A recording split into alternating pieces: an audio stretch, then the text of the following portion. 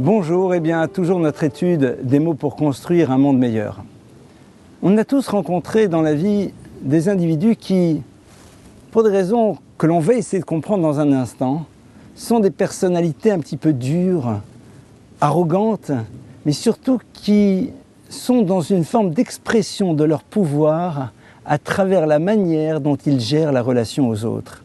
Cela peut être le patron d'une grande entreprise, comme le chauffeur d'un bus scolaire, comme un professeur, ce que vous voulez, une personne en tout cas qui a une forme de domination sur les autres et qui exprime cette domination à travers des mots un peu cassants, un peu blessants, sachant que de toute façon, les individus qui sont en face de lui ne peuvent pas véritablement réagir. En effet, c'est le patron et si je réagis, quelle va être la suite au niveau de mon emploi? Si je suis dans le bus, eh bien le chauffeur peut mal se comporter vis-à-vis de moi. Si c'est en classe, ça peut être l'enseignant.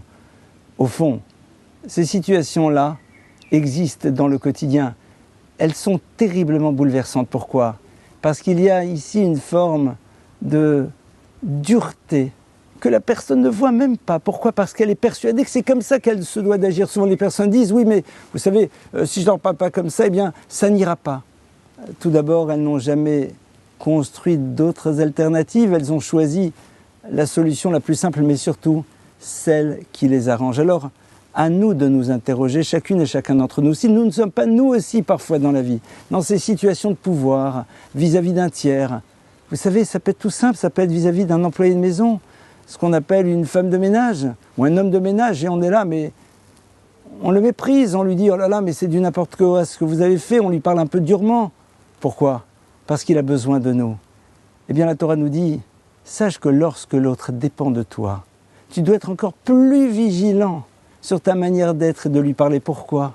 Eh bien, parce que tout simplement, cette personne ne pourra pas réagir. Allez, fais preuve d'intelligence et d'humilité. Rappelle-toi que ce n'est pas en dominant les autres que tu existes. Ce n'est pas en faisant petits les autres que l'on devient grand. À nous de commencer à faire ce travail, de nous interroger par rapport à nous-mêmes.